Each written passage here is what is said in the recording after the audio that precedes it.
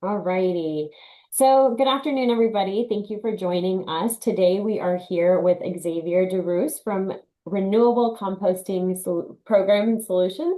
So, he is going to be telling us all about the benefits of composting, the reason that he started this organization, the ways that we can help, and the ways that they help organizations like us and others in our community. So, for everyone that's joining us today, this is going to be a recorded presentation.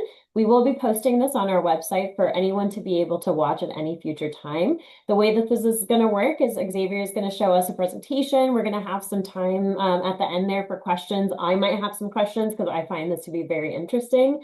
So I'm excited to hear some more about this organization. Xavier and I spoke a little bit beforehand, but I've really just kind of seen his organization in work. I've met this organization before at Tortuga Music Festival. We've done partnerships at previous beach cleanups. And then lastly, I've seen their bins around areas in the community trying to help everyone get excited about composting. So without further ado, I will go ahead and leave the room for Xavier here, and then he is going to start his presentation. Awesome. Thank you so much. Yeah, of And course. pleasure to be here. Hopefully, we can talk about composting, get some education out there, and keep the movement going forward to divert organics from the landfill. We'll talk about kind of why that's important. So, I'm just going to hop through here and share my screen quickly. Pardon the sloppiness of getting everything pulled up, but here we go. All right. Do you see that? Fantastic. I think I saw a yes there. Okay. So, today we're going to be talking about the soil solution and how we are regenerating earth from the ground up.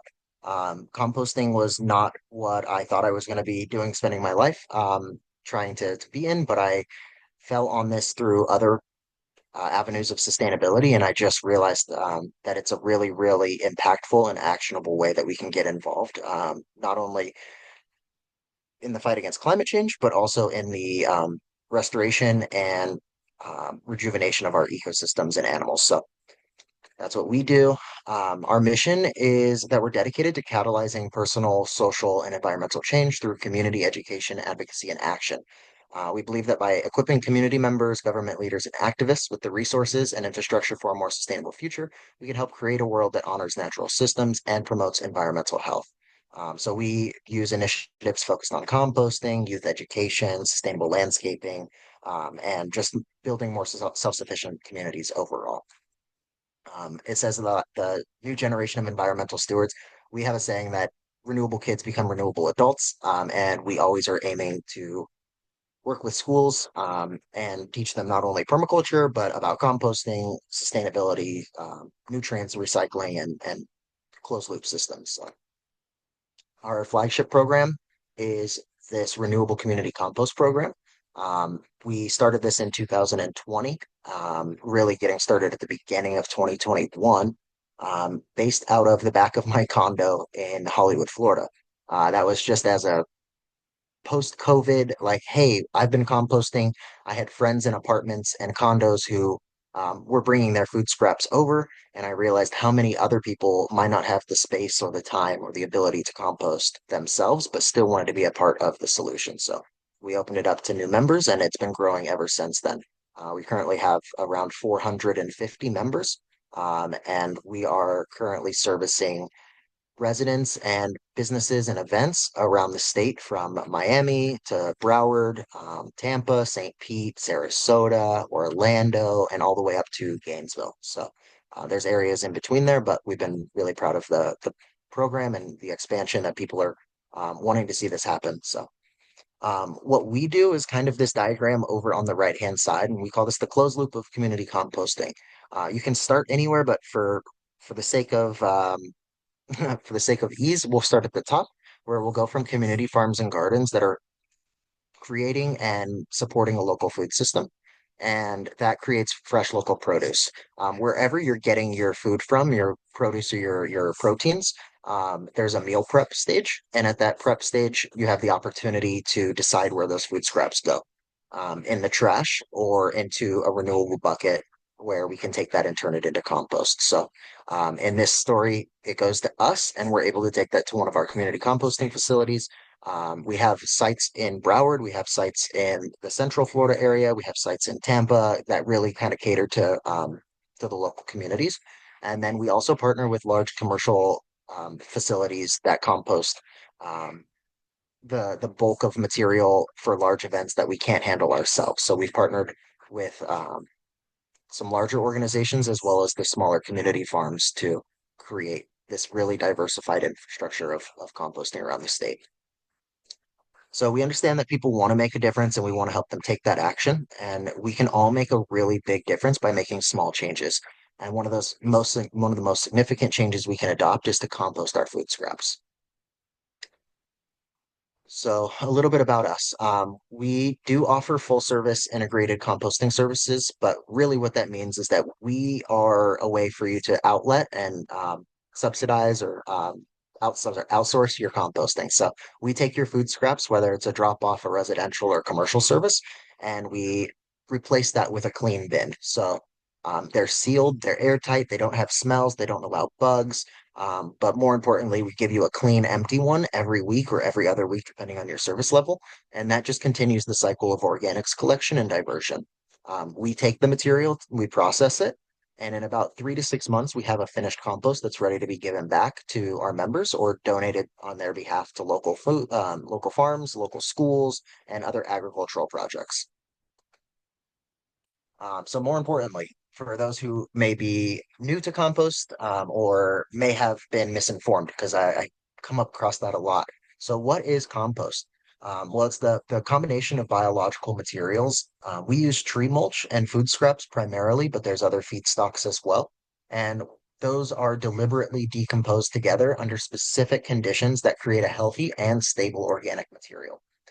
We're going to get into the alternatives of what people are calling composting a little bit later. But what I want to highlight here is that it's deliberately decomposed together under specific conditions and that it creates a healthy and stable organic material. Okay, so it's not just putting stuff together and hoping that nature does the rest. It's a feedstock and it is a recipe and it's a little bit of science and a little bit of art. It starts like this. So these are foods that are collected at residence buckets or commercial facilities. I think the picture in the middle was from a edible arrangements partner that we had, and then tree mulch and stuff that is trimmed up through yard debris becomes our carbon source. It ends up looking like this, and that is some of our finished compost on the left, some of the bananas that Tommy and I were able to harvest, and the right is an elementary school in Miami that was able to utilize our compost and turn that into new produce. So it's kind of the full cycle of organics, and we're really happy and proud to be able to provide that. So why do we compost? Not just because we like soil, but it's also because organics are a huge part of the waste stream. According to the EPA, more organic waste is sent to the landfill than any other material. And unfortunately, the way that landfills are set up, they are anaerobic environments. It means that they don't have oxygen. And when food waste or food scraps are sent to an anaerobic environment, they create methane. Oxygen is not able to decompose them, and it stays the same, it looks the same, and it emits methane for decades. So, one of the fun facts that I like to say when we're talking about this is a head of lettuce or an apple or a baby carrot that gets sent to the landfill will look like a head of lettuce or a baby carrot or an apple for 20 or more years because of these anaerobic conditions. So, they do core samples where they'll dig into, just drill up, however many feet deep, and they're able to determine how old that is. And they have found 22-year-old baby carrots.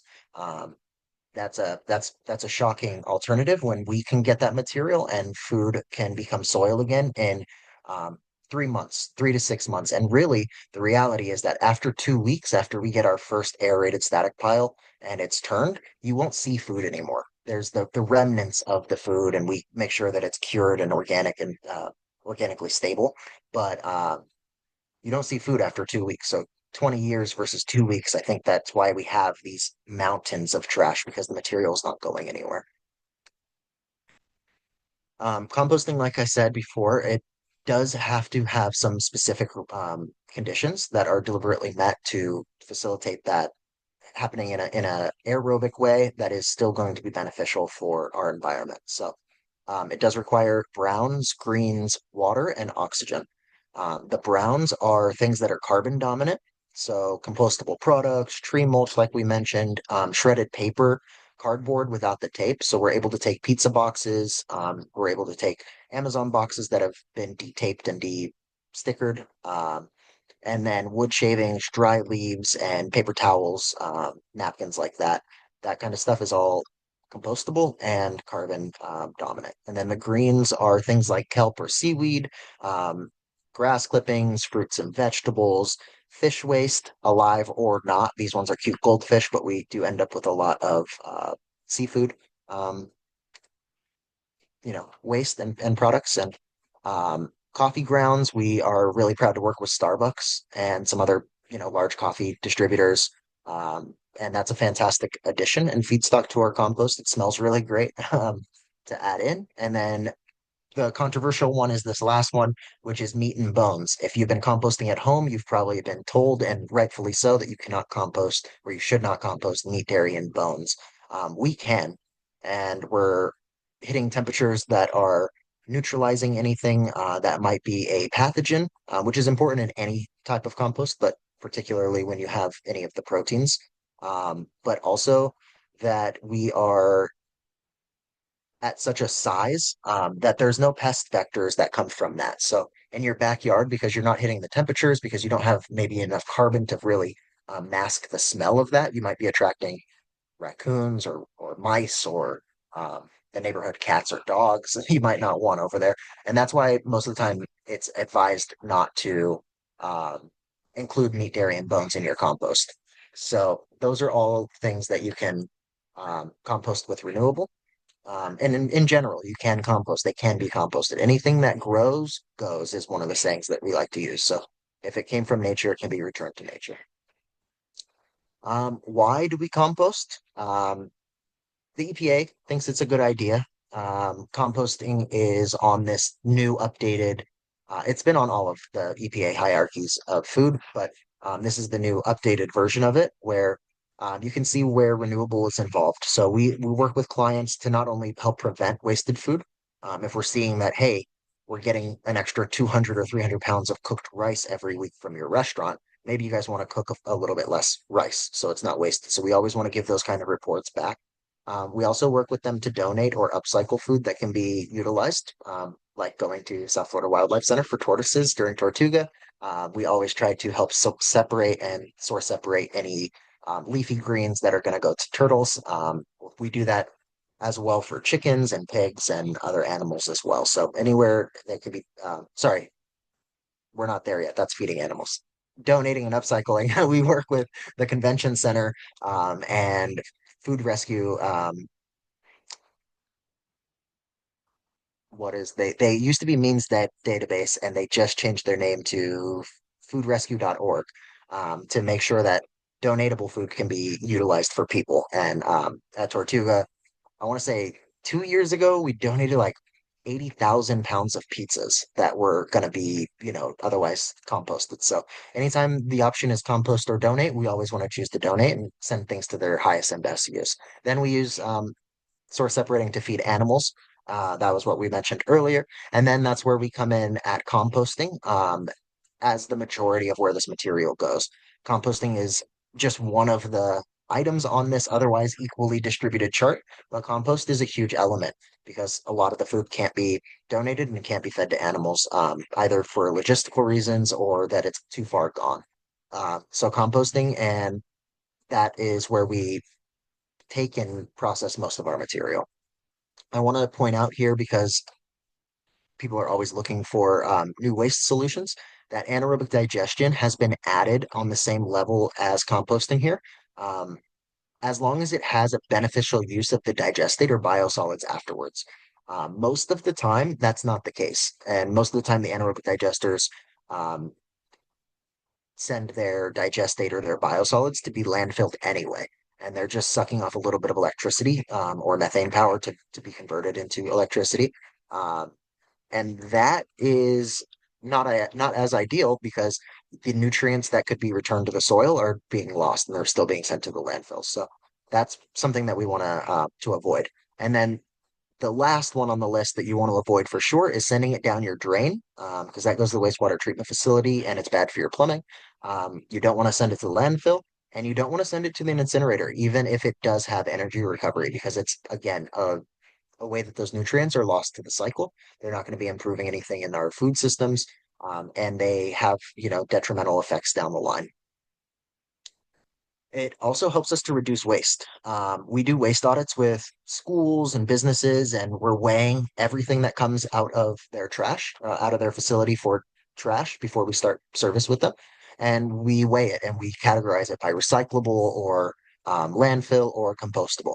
And across the board, we've never seen less than 40% compostable, but often it's 50, 60, and we've seen as high as 75% of their waste stream could have been composted instead of taken to the trash. So it can not only reduce the total solid waste tonnage that heads to the landfill, but on the household level, that means that 40 to 50% of your household trash could be composted instead of landfilled or being sitting in your trash bag. And what we see is that our residents with the service rarely have to take out their trash, or at least much less often have to take out their home trash, because the smell is not a factor, and the pure amount is reduced as well. So reducing the total waste is a big part. Another fun fact that I hold on to tightly is that for every 10 pounds of food that you compost instead of landfill, about 9 pounds of CO2 are avoided. It's a huge direct impact on our carbon footprint at the household level and at the business level as well. So, with Broward's population around 1.9 million, we could be diverting about 490,000 tons, the ton being 2,000 pounds here, of food waste per year by composting. That would be an equivalent of about 430,000 tons of carbon dioxide not being emitted every single year. To put that in perspective, that's about 98 million gallons of gas not being burned just by composting within the county. Um, we use this slide more for our commercial entities, but this can be uh, a good selling point as well. So, composting can help save money because what we were talking about before, that 40 to 75% of your total waste stream, is also the part that's stinky, is also the part that is wet, and is also the part that requires more frequent pickups. So, for our commercial generators, a lot of times there's a cost savings or a cost balance on composting because they're able to go from having their big trash can getting picked up every day, or 4 times a week or 3 times a week to only 1 time a week. And not only are they saving money, but their trash area no longer has the leaking liquids coming out of the bottom of it, the smelling, flies out of it, because all of those organics that would be causing those smells or those liquids or the flies attracting are in a sealed container, even at our commercial client level. So, um, we do always like to include that as well. Here's a waste audit that we did for Coral Gables Senior High. This was back in 2024, and you can see that they had a total pounds of trash here that was 465 pounds.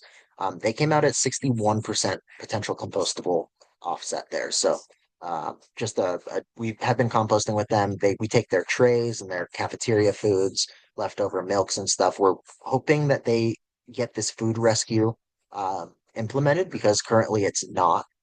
So we also highlighted that of that, a majority of it uh, could have been rescued. So there's always an opportunity for that too. And it doesn't have to just be composted, although we do allow for the insights around that, right? Some of the material is going to have to get composted, but if you can donate it, please do. Composting also promotes healthy soil structure and porosity. It leads to less water runoff and less soil loss due to erosion. Um, Soil loss is a huge pandemic in America. We're losing about a garbage truck worth of soil in the US every minute. Um, it might be every second, but it's at least every minute. So when you think about the amount of topsoil that is being lost, it's immense. And the nutrients that we're diverting from the landfill with compost can be directly given back to that as topsoil and healthier soil. So that's a big part. The other part of that is the runoff and the erosion that comes from heavy rains, right? And composting does a really good job of helping to prevent flooding. These were pictures of Hollywood and Fort Lauderdale when we had the crazy storms in 2023. Um, and we're working with the city of Hollywood to actually utilize the finished compost to do flood mitigation research because composting has a fantastic ability to retain water in the same space where it would otherwise run off. So, by adding 1 pound of compost to 100 pounds of regular soil, you're able to hold an additional 33 pounds of water. That's about 4 gallons, right? So, if you add even more compost, if you add 5 pounds of compost to that same 100 pounds, you can hold nearly 200 extra pounds of water. That's because of the elements that um, increase soil porosity and increase the aggregation of the soil. It also is helping to keep that from saturating and running off because it's able to hold and retain that rather than keep the top level of soil and running off. We like to do a really good in-person presentation here. It's a little long to do over a Zoom, but essentially what we do is we take a piece of bread and we put flour, and that is the demonstration of the living elements of bread being alive and the yeast has already been activated versus the inorganic elements of the bread, which is just the bread flour. And when we pour water on top, you can see a really cool demonstration of how it actually works with our topsoils as well, where some of that water, and we can pour 4 or 5 times the amount of water on the bread without it really saturating the plate. As you can with the bread flour, and the bread flour, as you would imagine, gets messy and soupy, whereas the bread itself holds its structure really well. And when you start to look at that as a cross section of our soils, really the difference in the elements there are the living yeast and the porosity that holds that together. So again, I should probably do a video and put it on our Instagram or our social media so I can at least reference that because it's a really good visual of like why do we do this? Why is the compost actually being utilized on our local soil so important? And what can we do with it from a utilitarian standpoint, not just, environmentally saving the planet and da da da. Like, okay, what if we all had less flooding in South Florida? That would be a pretty fantastic solution. So we like to always talk about that. And then here's the big one. So my background is marine biology. I came into composting from the ocean and trying to fight against residential and agricultural runoff and the eutrophication that happens in the ocean ecosystems, right? In our water ecosystems. Um, to kind of summarize this picture, what we have is a rainfall event happening on the land and the flow of nutrients that come from those rain events, right? So we have the agricultural elements, which in Florida is actually huge. We have so much agriculture and farmland that's being sprayed, fertilized, and I don't want to make bold statements or too broad of statements, but generally being mistreated, right? And those soils are being tilled and they're not very strong, and all of the nutrients are being heavily applied because they already know that they're gonna face about a 40% runoff. So they're applying 40% more fertilizer to that land than they even need to, because that first rain event is going to wash it off, and they know that. So when the agricultural and livestock runoff goes into our waterways and it's met with the residential runoff and the Roundup and the whatever herbicides and pesticides that your neighbors might be spraying on their yards. Um, their septic tanks in Florida is a big one, right? Where we're having all of this kind of nutrient flow from residential areas, from these agricultural areas, and of course from our urban runoff, where everything is concrete and just goes to the storm drains. All of that ends up with excess nitrogen and phosphorus in the water, leading to algae blooms, right? So we've seen the red tides, we've seen the sargassum blooms, we've seen the fish die-offs in the bay in Miami. And those are almost always directly related to this process of eutrophication, right? And extra nutrients, let's call it. The extra nutrients get in there. The algae are plants, and they're like, oh, all this extra fertilizer for plants. Thank you so much. We're gonna spread crazy, and they create these big blooms. Well, they're plants, and they're suffocating. They're blooming in such a way that they're actually suffocating the top layer of the water, and the animals inside are not able to process or transpire the oxygen from the top into the water. That's how we get the algae blooms. We have the fish die-offs, and we have these massive red tide events.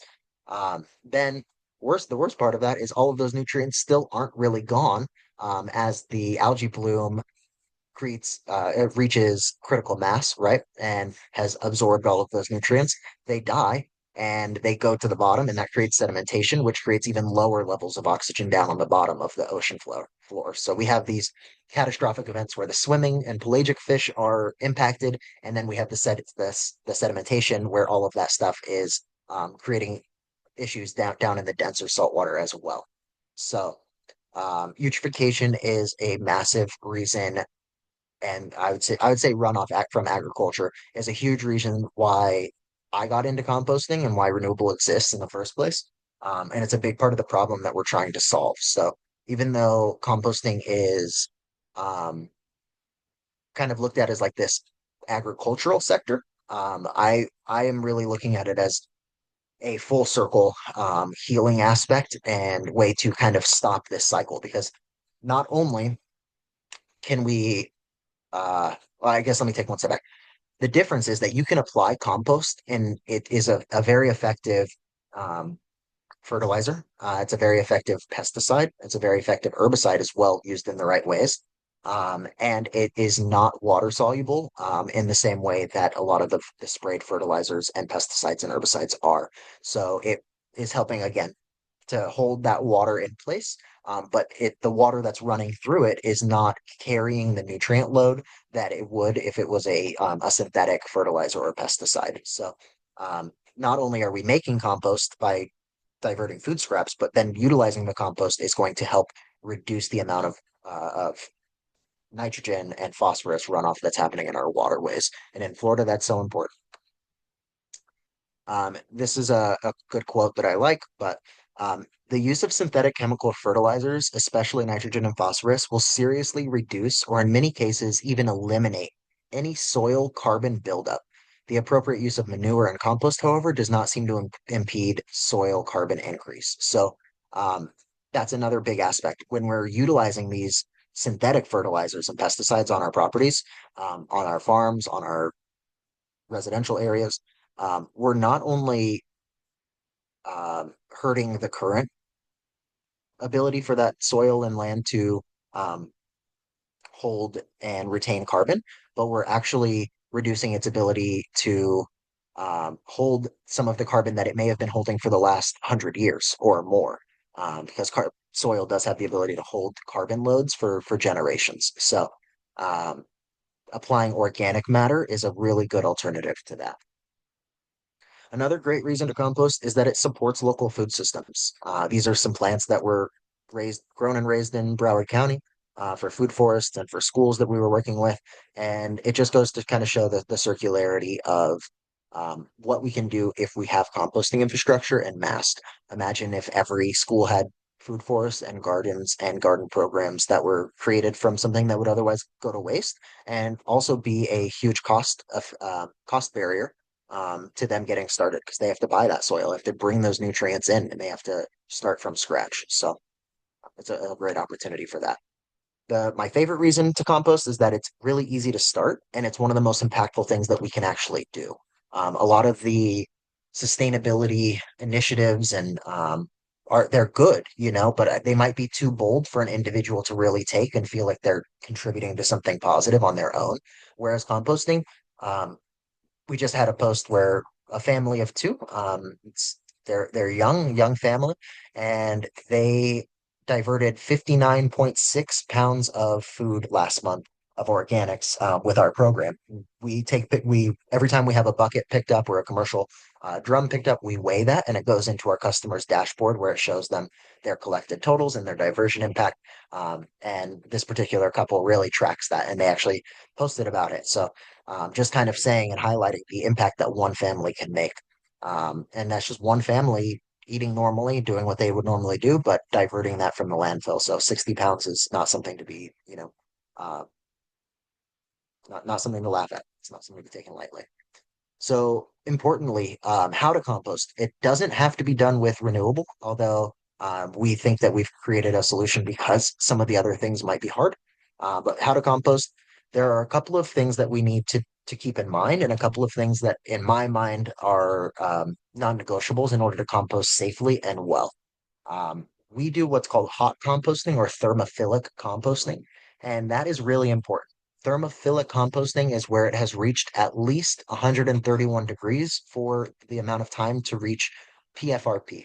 And PFRP is the process for further reduction of pathogens. Why does that matter? Because we're dealing with food, we're dealing with organics, and we don't want any foodborne pathogen to end up in somebody's garden. We don't want any of the weed seeds from a mango to sprout up in somebody's field. We want sterile, beneficially active, but harmfully sterile compost. And that can only be accomplished with this kind of waved feature of the temperature and the management of the compost pile. So the phase one is the mesophilic phase, which is right when you're making your compost pile. You're turning all your ingredients together, you're making your feedstock, and the temperature is rising quickly at that point. As soon as you stop mixing your piles, and you've reached bulk density, sorry, not bulk density. Once you've reached a minimum mass, which is 1 cubic yard, then you have the ingredients needed to get through the rest of this phase, right?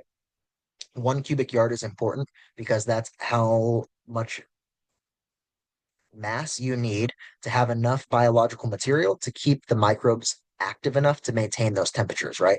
So working backwards, the 131 comes from bacteria and microbes being really active. You gave them a really good environment to thrive, and now they're going to party and they're going to dance and they're going to eat and they're going to breed and they're going to have a good old time in there. And all of that body movement, just like in a high school dance, you get really hot, you get really sweaty, right? So that's what's causing these temperatures to rise. It's not just the Florida sun. We have composters in Alaska who are doing these temperatures under a sheet of ice, and the compost is getting that hot under ice. So it's really the microbial activity more than it is the environmental factors that play into that. That moves us into phase two, which is the thermophilic phase. Again, these temperatures have to be 131, but they can be as high as 170 degrees. We like to cool them off right before then. But those are where the temperatures are hot enough to kill things that are like E. coli or salmonella or other foodborne pathogens, as well as the avocado pits, the mango seeds, the Biden's alba seeds that you threw in there to compost, but you don't want popping up in your new fresh vegetable garden, right? So those are the mesophilic and then the thermophilic phase. And then after that, it's important that the same way that actually with eutrophication, right? You had this mass event where you've reached your critical mass on a population. They've also eaten up all of their nutrients in this compost pile, and those thermophilic organisms, their population starts to decrease, and it goes back into this mesophilic phase. You're managing it in this process, but through oxygen and through temperature monitoring, you're able to see this full curve of mesophilic to thermophilic back to mesophilic, and then you are able to let it sit and mature. So that's why in a compost operation, you have multiple phases, you have multiple stacking areas, and in your backyard, you should absolutely, if you're going to be composting, you should be having multiple areas where you're able to manage these piles. Because one thing I'll say is that once you've made your initial pile and you've started your mesophilic phase and you've started your thermophilic phase, right? You cannot introduce new material to that pile without risk of some kind of cross contamination. So we call it batching, and you want to make sure that you're putting all of your organics into one batch, sending that batch through its own process where you're making a new batch of your material that you're making on the day to day. For those of you who are interested in composting at home, there are lots of ways to accomplish this. I always just want to kind of go back to the main things that we talked about with having a cubic yard of material, which is 3 feet by 3 feet by 3 feet, to have enough of the biological material and food for them to actually make it through their system and reach PFRPs. So this first one on the top right are common. They're known as tumblers. I don't like them. I take a controversial approach with these. Some people do. I don't see how they are anything but misleading to the average person at home because number one, the average, like the tumbler in the middle, is a 55-gallon barrel. And 55 gallons is about a quarter of a cubic yard. A cubic yard is 212 gallons for those who like to visualize in gallons. So um, when you're at a quarter of the amount of material, when that thing is completely full, that means that you're not going to be hitting the temperatures to reach your PFRPs. So where can you use that compost? Your grass, you could use it on trees, you could use it on shrubs, but I would not use that in a garden. And I would be very cautious of reintroducing any type of pathogen that may survive through that composting process. That's also true with the static piles on the bottom right. That is kind of the same thing. Um, the static piles on the bottom right are not meant to be batched, so you're constantly kind of adding to them. And that means that even if you did magically hit those temperatures, you are constantly reintroducing the potential for a pathogen to flourish or a weed seed. I always like people are like, well, what's the chances of my family getting sick? Say pretty low, probably very low. But why would you even take the chance if the whole point is to make, healthy, happy garden memories with your family? When you can compost, you can do it. You can do it well. On the top right is vermicomposting. Worms are great. You can do composting. They actually have the ability to kind of circumvent the PFRP process because anything that they digest is kind of going through the PFRP process through their digestive system anyway. So worms are good. There's just a list of things that they can't process. You're not going to be able to process your meat, dairy, or bones. You can't process too many citrus. There's a list of things that you shouldn't be using in the vermicomposting. For somebody in an apartment who wants to just get started with diverting their food scraps, a little vermicomposting bin might be a great solution. And then on the bottom left is the dehydrators. The one on the very left is a loamy. The one in the with the wood table, the wood floors is called a mill. They're becoming more and more popular as a tabletop composter or household composter. Um, the things that they are lacking is that you're almost never adding browns to that material. So you don't have an organically stable finished product. Essentially, you end up with a dehydrated, chopped up. So it's really, really small, but it's basically just dried up food scraps. And as long as you keep them dry, they don't smell.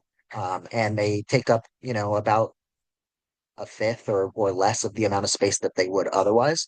Um, but they should not be considered finished compost. And there's a litany of reasons why, from PFRPs to the ratio of not having any of the browns, and they only usually end up with greens. There's a couple of reasons why they will tell you should find a community composter or a community garden that accepts compost and then finish that through the process. For somebody that does want to compost the right way, these are two of the methods that we recommend. The one on the top are called geobin systems. They're adjustable, heavy duty plastic. That's actually how I started composting myself. They're available on Amazon for, I want to say like $30 a piece last time I checked. Um, I will also take note that on that first geobin system on the top left, there's a thermometer hanging out of it. You should also have a thermometer if you're composting at home. Composting thermometers are about $30 as well on Amazon. But they're a really, really great resource to make sure that you know what's going on with your temperatures, and it will tell you a lot about your management, whether you need more carbon, more nitrogen, more oxygen, or more water, based on the temperature. And then the one on the bottom is kind of the fancier version, maybe, but it could actually be the least expensive option of all of them, and that's just a pallet bin system. And the reason that we have three bins on the bottom and a four bin system on top is again because of that batching process that we talked about in order to reduce the opportunity for cross contamination. So the pile on the very left of the three bin system is where that person is starting their composting. That's where material is being added every day and covered up until they have that bulk density of, or sorry, the minimum mass of a cubic yard, which is literally almost perfectly going to fit in the three bin system of the pallets. So the pallets are like 4 feet by 4 feet. If you fill up a pallet, you're going to have a great composting volume to get started. Get a good ratio. Always make sure that you have enough browns. Never run out of browns because the greens never stop. And it only takes a little bit of extra greens to not get uncovered before you start to get flies or bugs or the neighborhood raccoon or the neighborhood cat coming over and checking out your piles. So to keep things clean, to keep things consistent, those are really great ways to compost. To take it up to the next level where you can do composting that is going to um, facilitate composting the proteins, right? The meats, the dairies, the bones.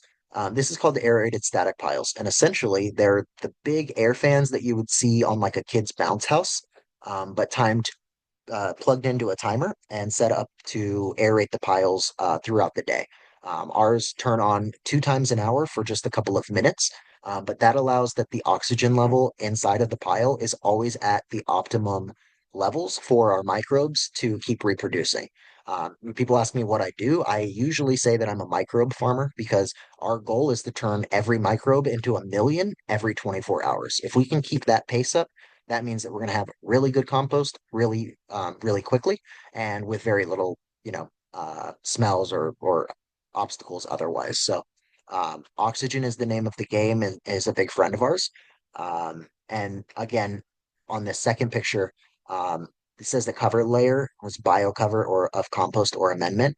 Um, that bio cover is also so important. So we use mulch as the bio cover in our first aerated piles, and then we might use old compost as our covering layer afterwards. Because again, we don't want to reintroduce any pathogens in the mulch. We might have seeds after it's gone through a PFRP, but we do want to keep it covered. So we would use older compost that has gone through PFRPs to cover that, just to make sure that anything that might be flying above or walking around the sides doesn't see anything that would be attracting to them, right? So we call it a bio cover. But really, it starts with that whole production. So we put wood chips down on the bottom to make sure that soaking up any extra liquids or nutrients. A really well mixed feedstock as well is what we actually mix into it. So um, the food is getting mixed equal parts with wood before it's getting put down on a bed of wood mulch and then covered with wood mulch. So we end up with like a 3-to-1 or even a 4-to-1 sometimes. And then throughout the process, we're adding more in there as well. But that's kind of how we manage it. Aerated static piles are a newer technology in the composting space, but they don't have to be particularly complicated to be efficient and to be successful. So that's the way that we've been able to scale at local farms and not take up too much space, not take up too much of their electricity demands, but also create a really rich product that they're happy to utilize on farm. And then for those who think that might be too much time or too much effort to go through and do well themselves, we have a service that helps to facilitate that, as we talked about in the beginning. So the bucket on the left is the residential program, and the bag next to it is some finished compost that was coming back to that resident as part of our membership program. The 4 bins in the middle, I I can't recognize what client that is, but it's one of our commercial clients. And those are the sealed 55-gallon containers that collect food scraps for us for no smell, no flies, no mess, no stress. And then we do offer a drop-off program as well, which is on the right-hand side there. Has a locked combination code that our members have access to. And those are open 24 hours a day for anybody to go and, just drop off food scraps at their convenience so that they don't have to throw them in the landfill. Um, we have membership programs that that are offered at different pricing depending on the level of service, anywhere from $15 a month up to $39 a month, depending on what you're doing. But if you want to start today, use the code Let's Compost for the first month of composting totally free, all one word. I don't think it has to be capitalized, but for since it's capitalized in here, let's just do it. Uh, Better safe than sorry. And then really exciting is that if you're a Hollywood resident, the city of Hollywood has actually subsidized city of Hollywood residents to compost for the first 3 months by just typing in the code Hollywood Composts. It's on the second page of sign up. There's the first one is a coupon code or a is a gift certificate. That's not the one that you want. Go to the second page where it has the checkout, and that's where you find your coupon code. That's where you type in Let's Compost or Hollywood Composts. Um, so those are kind of the ways that we make composting easy for people. But we want to just encourage anyone to compost any way that they can to divert their organics from the food from the landfill, any way that they can, and to contact us if they have any questions about how to compost safely or properly at home or in their community. We're always looking to work with new businesses, new municipalities that are looking to, be more sustainable and walk it like they talk it. And um, our contact info is coming up in a little bit. So these are some of the companies that we've worked with, some of the organizations that have been living renewably with us. We do Live Nation events in Tampa, Formula One Miami, the school district in Miami and Broward, Four Seasons, Tortuga Music Festival, City of Tampa, American Express, the Convention Center. There's a whole bunch of other ones, but yeah, Starbucks isn't even on here. We should add them. Hard Rock, Sobe Wine and Food. And every day we're trying to expand that. So the Fresh Kitchen, oh, it's covered by my own face here. I see Fresh Kitchen up there. So if you guys don't know about Fresh Kitchen, you should go there because that's my favorite food pretty much on earth. But also they compost across the entire state with us, all of their locations from Gainesville to Orlando to Sarasota to Broward to Miami. They all compost with us because they see the value in that. And they really, really care about not only the ingredients of food that they're procuring, but where it goes afterwards. So we're really proud to support them, and they've been a fantastic partner as well. So, shout out to Fresh Kitchen. Anybody that is hungry, go get some food that was made with love. Um, this is kind of just what we can compost and what we can't. The one thing that's different here than kind of on uh, the what we do compost before is the BPI certified products. And this is something that's kind of unique to our aerated static piles as well. But we are able to compost and accept BPI certified serviceware. So the plates, the cups, the forks that might otherwise say only compostable in a industrial facility. When those come to us, we're able to process those as if they were a banana or anything else. So they are made out of corn or um, like corn or potatoes or whatever starch products that they're made out of, depending on the product. Or a fiber based might be made out of bamboo or bagasse, or there's all these different layers of compostable serviceware. And what we look for with all of those is that BPI certification. So if you're shopping on Amazon, shopping at Walmart, shopping at Costco, and you're looking to find something compostable, they are out there now. But there's also a whole list of companies who are utilizing the greenwashing tactics of composting being kind of popular right now to sell their products that are not compostable. So just because it says compostable or just because it says it's biodegradable, please don't believe that. And please look for that BPI certified products, BPI certification logo on the product to ensure that it's something that we can accept. So again, this is just kind of a picture that shows some of our compost on the left-hand side. That was about 3 months later. And on the right is one of the biggest landfills in the world. And I think this one's in India. And these are the options that we have for when we're sending our organics somewhere. And everywhere has an opportunity on what we do with our organics. So we can heal our water, our air, and our soil by composting. And we hope that you guys will join us in that because we think that it's something that we can't do without you. If you have any questions, here's some contact info for us. Feel free to use the QR code. Um, the most active place to get a hold of us is probably our Instagram at Live Renewable. And if not, hello at Live Renewable will be a great email. And myself or Caitlin will get back to you as soon as we can. But yeah, that's all I have. And if you guys have any questions, I'll stop sharing and we can dive into it. I love the question and answer part.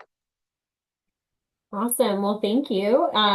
I did have a few questions after the presentation, but I will also wait to see if any of the attendants had any questions.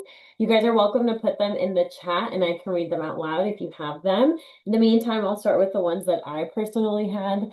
I had written it down and then you kind of touched on it about composting animal waste. What's the reason that can't be composted? Composting what? Animal waste, like your dog's waste or Yeah. your cat's waste. So mainly, to be honest with you, is because it's gross and our team doesn't Yeah, want to deal with gotcha. But actual. could you do Same it with like at human waste. home? You can. I also so we have pets on the farm, Mm-hmm. and we don't want them to come in contact with any other, potential diseases while it's being in what before it gets to that thermophilic Gotcha. phase. So that's one of the reasons we don't accept it. Not only our farm, but any of our partner farms might have animals that we don't want to, potentially cause any cross contamination of diseases or vectors. So that's the main reason. Technically, you absolutely can compost it. You can compost human waste. You can compost animal waste, you can compost um, animal mortalities. But Mhm. we would accept an animal mortality, but we don't do the animal waste. So yeah, it's more of a just a factor for our team members to not have to deal with it. So Yeah. there are services though throughout the country that really specifically focus on composting animal waste. And it hasn't been an option for us yet, but maybe in the future. That's cool. That's cool. Another question that I had was I, throughout the years, have tried to figure out like, life changes to make to try and limit my carbon footprint. One of the things that I do is try to limit how much like individually wrapped things I buy that are like in single-use plastic. Are there any specific materials or like things that you as a composter and like an expert composter would avoid for like general public consumption?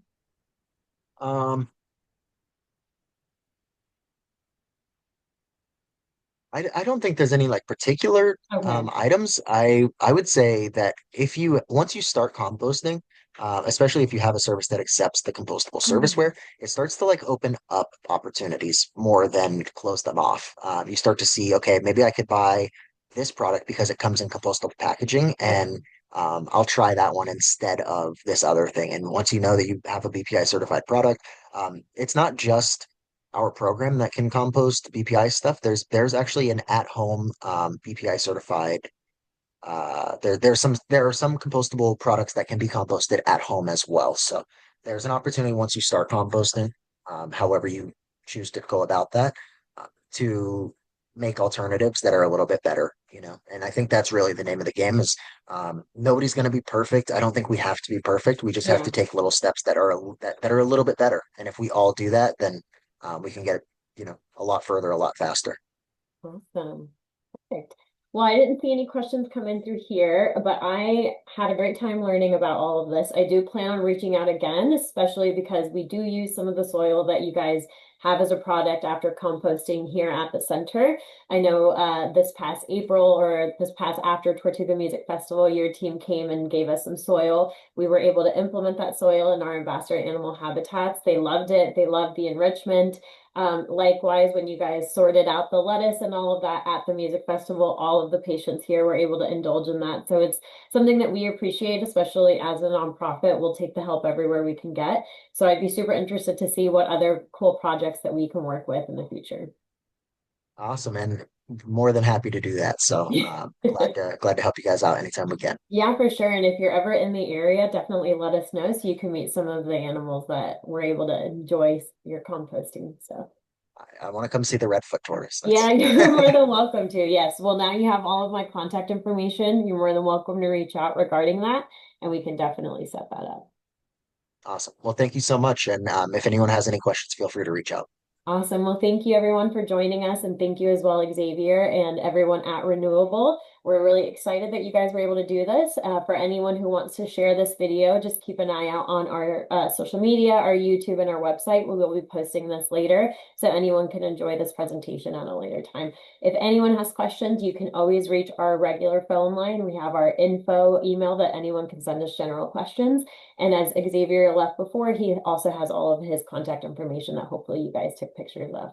So without further ado, thank you so much. I will wish everyone goodbye and I hope everyone has an excellent rest of their day. Thank you again. Thank you. All right. Bye.